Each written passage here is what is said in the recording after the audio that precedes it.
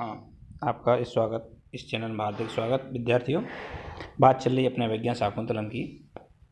राजा दुष्यंत शकुंतला से अति प्रेम करने लग गया है, लेकिन उसी समय उनकी माता श्री ने उन्हें वापस हस्तिनापुर बुलाते हैं।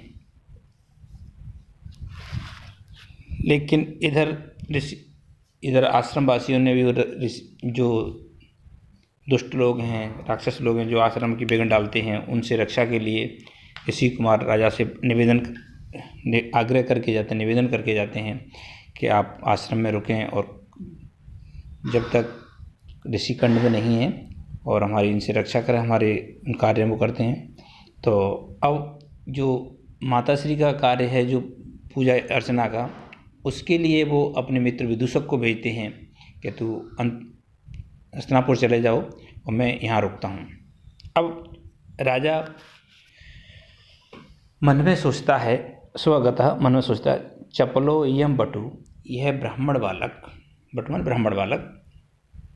चपल है, बड़ा ही चंचल है।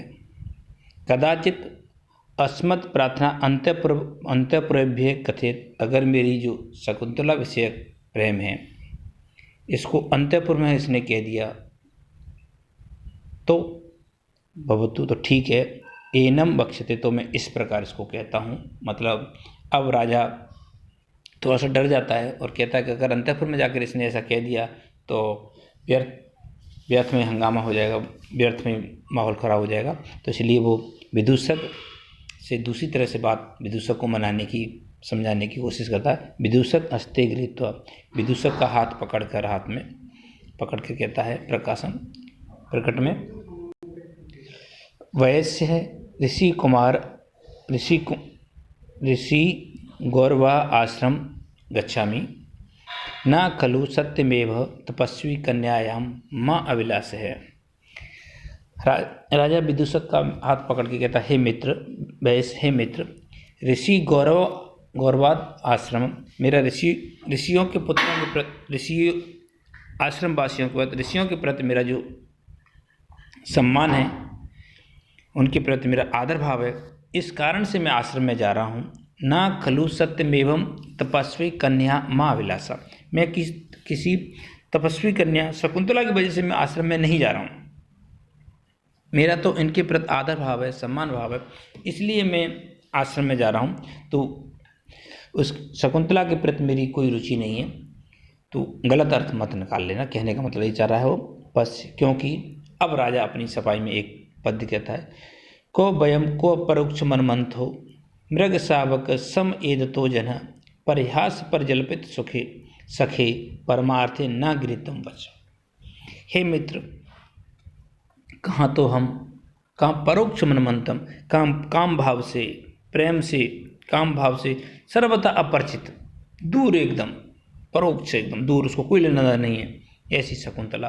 कहाँ तो हम सांसारी लोग जो विषय वासना में डूबे रहते हैं, कहाँ ऐसा शकुंतला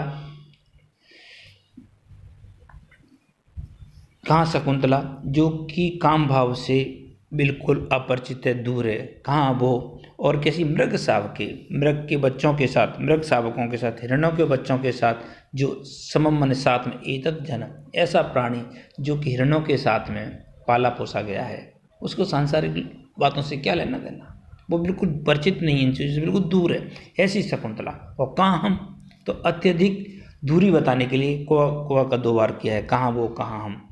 परिहास पर जलपित सबके, हे मित्र, मैंने परिहास में, हंसी मजाक में जो बात कही गई है, जो मेरे से निकली है, मैंने कही गई है, परमार्थ ना, तू उसे यथार्थ मत समझ लेना, यथार्थ मत ग्रहण कर लेना। मेरे जो वचन मेरे प्रयास में कहे, हंसी मजाक में कहे, तू उसे सत्य मत मान लेना। इस प्रकार राजा दुष्यंत अपने मित्र को समझाने की कोशिश करता है। और इस पद में सुंदरी छंद है, वियोगिनी छंद भी कहते हैं, जिसे सुंदरी छंद है। और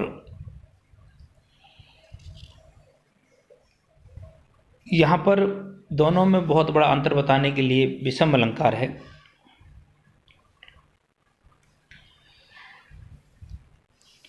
और अब इसमें राजा के पहले से 2 पत्नियां हैं,